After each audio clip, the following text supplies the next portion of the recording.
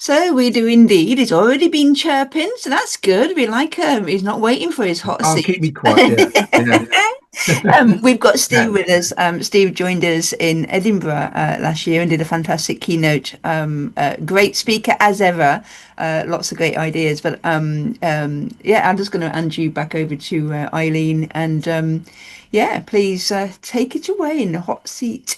You can Cool. remove the spotlight for me and put it on Steve. He's going to be answering the questions.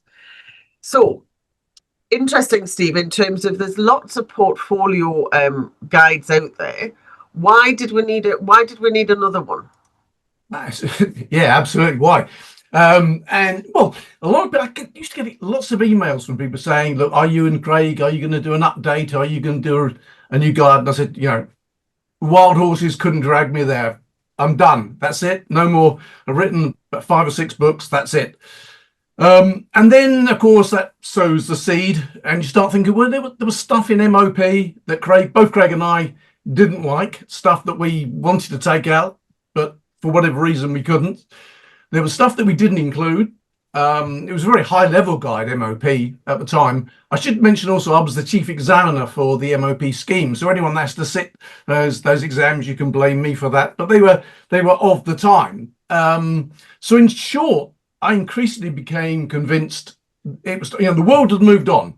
The PMI, not only that guide that you highlighted, the standard, but a whole series of thought leadership papers that really are very good. And a lot of stuff from the APM, in addition to that little, as you say, more a pamphlet than a, no, that's unfair, but not a tome, not a good stuff in there. But also people like yourselves have been publishing in this space, a lot of thought leaders worldwide. And so I thought there was an opportunity to try to consolidate, bring it up to date, fill in the gaps, the stuff that we didn't cover in MOP, we could include in managing portfolios. I should say Craig has been involved with managing portfolios. And it is about twice the size of the MOP guide, isn't it? The new. It's about double. There's APMG have got a qualification called half double, and I was using that as part of marketing. I said we've got double the content for half the price, and the same applies, I say, to the exam scheme, because the idea. I've been an examiner with APMG for quite some time. I was the chief examiner for MOP. I became increasingly convinced we don't need 2 exams. We don't need a 3-hour practitioner. We don't need all those questions that are a little bit like angel on pinheads. Can you remember their formal definition on page, 84? Oh yes, the level 1 questions. Simplifying it, consolidating it, 1 exam, shorter, and trying to get rid of the less important. So focus on the important stuff. So that was the thinking. That was the thinking behind the guide and I said then the exam scheme in due course. So there's one of the things that we've definitely seen since your kind of previous contribution into this area is the fact that, as I mentioned when I talked through those kind of different models, is there's definitely the focus from just delivering projects and programs to absolute alignment with strategy and to kind of delivering on that investment that the organization is making. And what we found is investment now is made not just in a kind of a project management element, but also in kind of in various kind of guises and frameworks that sit within the organization. So how much of kind of the whole portfolio management theory needs to change to take in all of those kind of that wide investment? Well, in a way, I don't think it's a major issue. On the other hand, it is quite an important issue. So let's first of all say why it's not a major issue. I think what it is, it's the PMI talks about other related work, I think, managing portfolios, we use that term. I think the IPA use that term. I think the APM refers to it. And I think it's just that awareness that not all change is delivered by formally constituted projects and programs, that other stuff goes on. And that you can't, if you're saying, well, we're focusing on strategic objective, and we used to have this in criminal justice, we would say, we're going to deliver X amount of benefit, and then some copper somewhere launched a local scheme, and he wiped those benefits out because he improved things overnight. Stop it, stop improving things, because that's our job. And so saying it's really important for these projects and programs, if you've got to focus on benefits and a focus on strategy, that we say, well, look, we need to take into consideration any other initiatives that are undertaken, maybe not by formally constituted projects and programs. So it's that trying to capture that that wider perspective, and that kind of touches on something I was going to talk to later, which was the shift, I think, or greater awareness of what the PMI says, that stakeholder engagement from a portfolio perspective is, quote, a strategic exercise or a strategic practice. It's not something you do just to try to keep the suckers on side.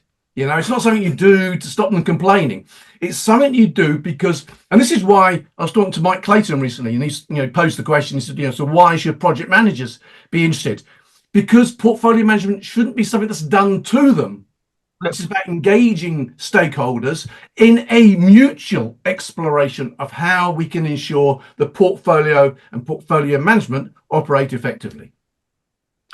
And I think that kind of leads on to kind of another question that I wanted to ask. From a PMO perspective, we do like a bit of process and procedure. Yeah. And it's quite easy to focus on the practices of prioritization and scheduling and all of those kind of things. But the underlying principles that I mentioned are essentially behaviors and culture.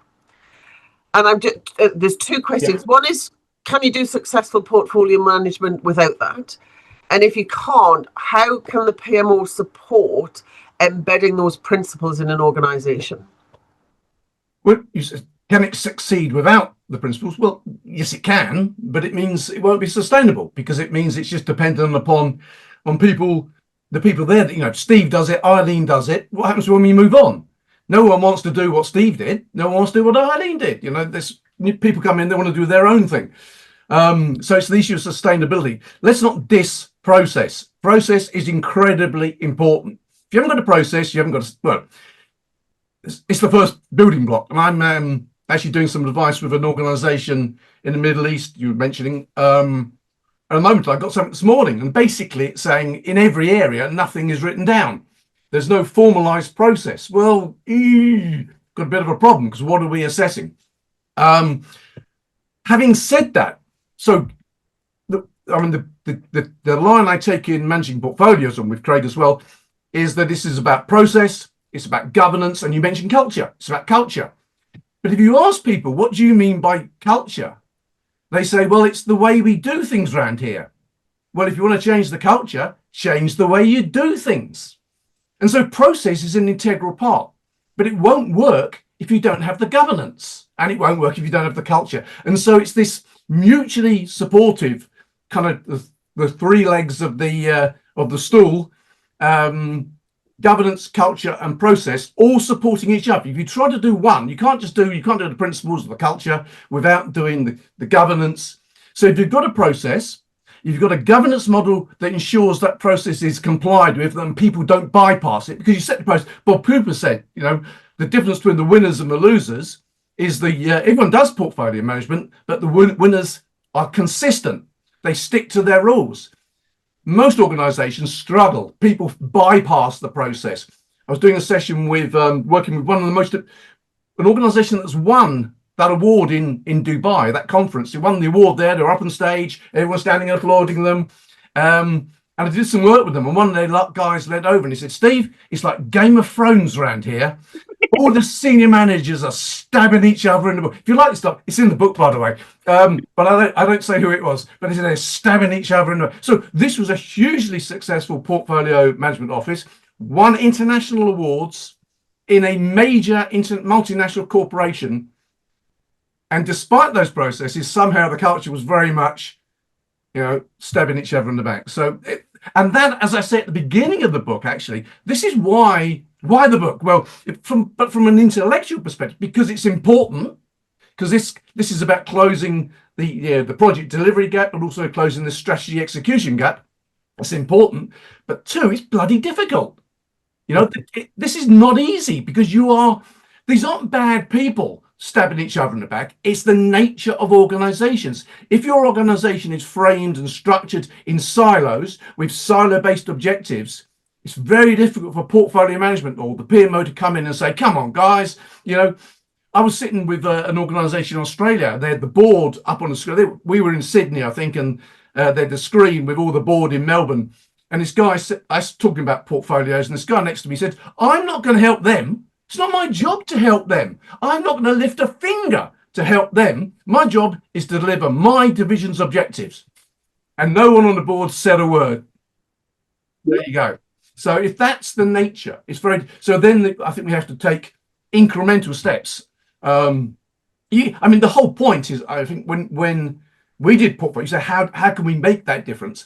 I think you do what you can in your environment. You've got to, as a portfolio officer, try to keep the long game in mind. And I remember someone saying, we did this stuff, we did this stuff, but we didn't call it portfolio management. And suddenly, after about 2 years, one of the senior managers said, this is portfolio management, isn't it? So we said, oh, right. And so the portfolio manager had the long-term game. There was no centralized plan of how we were going to get from here to there, but they were continually, I think that's the key, continual improvement, not looking for, we're in a bad place, 6 months time, we reach nirvana. This is not, a change program where you say, bad place, what's the blueprint, we'll implement it, and the sunshine and the birds sing.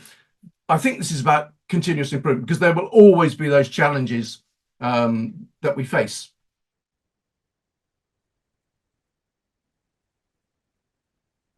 Oh, are you there, Eileen? Come on, Eileen. Yeah, she disappeared too.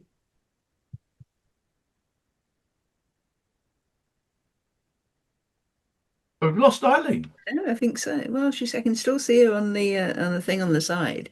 Did she ask the question why PMO didn't exist in your book? It does exist in the book, and it exists throughout the book. What I said was, shoot the index write-up. This is something that TSO do, and I had a few issues with the way they did the index. But yeah, it's not so. But there are battles you fight, and the battles Liz. There are battles you don't fight, and the battles you do fight. That's an analogy for the PMO there. But go to the contents page. Go to the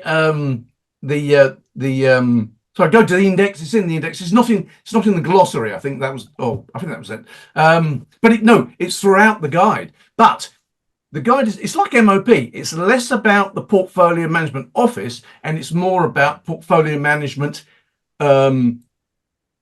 generically, and therefore it's about what the PMO will do and how they should do it, and what does research say are the most effective methods to apply. So I would blame, on the one hand, TSO for the overlooking explain the publisher terminology. But there's whole sections on specific, because from a governance, where does the PMO sit in that governance chain? And I was doing a session with Stuart Easton, and he was saying, don't you think the PMO should do this, take responsibility for this? I said, no, I don't actually. And there's a whole load of issues, because if you say the portfolio only consists of projects and plus the other stuff, but let's put the other stuff aside, and the projects, the sponsor is accountable and the project managers are responsible, then what's the people? I was talking to some guys recently, the portfolio director is a single point of accountability. I said, accountability for what? If you've got 20 projects in your portfolio and every one of those projects has got someone who is personally accountable, please tell me what's left. And so you have to say, okay, and so you have to, and clearly you think through what exactly what are we accountable for? We're about enabling those people that are accountable to remove the barriers to delivery, to make sure we're doing the right things, that we do them at the right time, because as John Doerr at OKR, and this is one of the things about managing portfolios. So you look at the PMI guide and it says PMI says. You look at the APM guide, it says APM says. Most books that you read, it says, Joe says. I want to put summarize there. What does the PMI say? What does the APM say? What do Lindsay and Eileen say? What does Steve say? What does Craig say? But so it's trying to show you the kind of the overall picture, the views from various perspectives, at where there is that consistent acceptance of what good looks like. And we've talked a lot about kind of PMOs. Sorry, I've lost my camera, but I've got Back voice. again. There we go. We've talked a lot about kind of PMOs moving up to this kind of strategic level. And are you kind of seeing that replicated by kind of more career opportunities and taking a bigger role in advice and guidance to the organisation? Well, you're absolutely right. I mean, if you look at the guidance that's issued, transformation office, strategy delivery office, value management office, benefit don't be a PMO. Ooh, that's last year. You want to be a VMO or a SMO, whatever. Well, from one aspect, that's just changing the name. But what it does do, it highlights there is this general, and you're quoting from those definitions at the beginning, Eileen. Absolutely, collection. Portfolio is a collection of what? Projects, programs, and other stuff. But the focus of it is on strategic objectives, or at least a subset of strategic objectives that we want the portfolio to deliver. So it has to be that the focus of the PMO has to be, number one, focusing on strategy. Now, what does that mean? Or strategic objectives? That means, ultimately, what does the PMI say? Project benefits are synonymous with positive strategic impacts. So the measures of strategic success are your benefits at a portfolio level. And there's the analogy here, as I say in the guide, to OKRs, objectives, key results, initiatives. So you prioritize your objectives, focus on the most important stuff, identify the key results, and then you commission your projects and programs to deliver the key results and therefore achieve your objectives. Used by, originated in Intel, Google, Netflix, Samsung, people like that. So one more question, Steve. I'm just conscious it's 1 o'clock, and I knew we could kind of talk for an hour. One question then, in terms of it's been 14 years since the original management of portfolios to this new extended one. We know that things change. What's your vision for the next 5 to 10 years? What's going to be in the next book? Well, I can't predict the future. I can't predict tomorrow, let alone. But in the book, we've got a section at the end saying the future is now.